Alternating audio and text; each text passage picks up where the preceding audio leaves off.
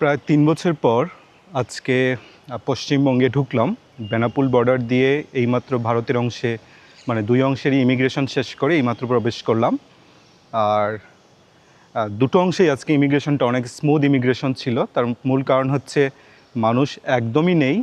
তার চেয়েও মানে যখন নর্মাল সময়ে আমাদের তামাবিল বর্ডারেও এর চেয়ে বেশি মানুষ হয়, কিন্তু বেনাপোল বর্ডার আমি দুপুরবেলা ঢুকছি, ফলে একদমই মানুষ নেই। আর খুব সুন্দর হয়ে গেছে, কোনো ঝামেলা হয়নি, বেশ ভালো লেগেছে। বাংলাদেশ অংশও খুব সুন্দর হয়েছে, এখানেও খুব সুন্দর হয়েছে।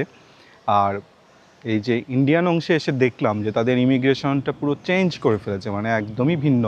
তাদের মানে পুরো একটা এয়ারপোর্টের মতো ভাইব। আমি দেখাই একটু, ভেতরটা তোলা আসলে নিষেধ, সে কারণে ভেতরটা তুলতে পারিনি, আমি বাইরেরটা দেখাচ্ছি।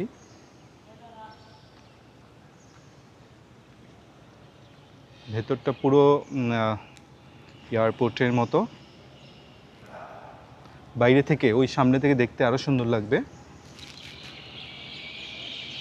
তো ইন্ডিয়াতে যখন এলাম টুকটাক কিছু ভিডিও তো অবশ্যই বানাবো, সেগুলো অবশ্যই আপনাদের সাথে শেয়ার করব। আমার পেজের সাথে অবশ্যই থাকবেন।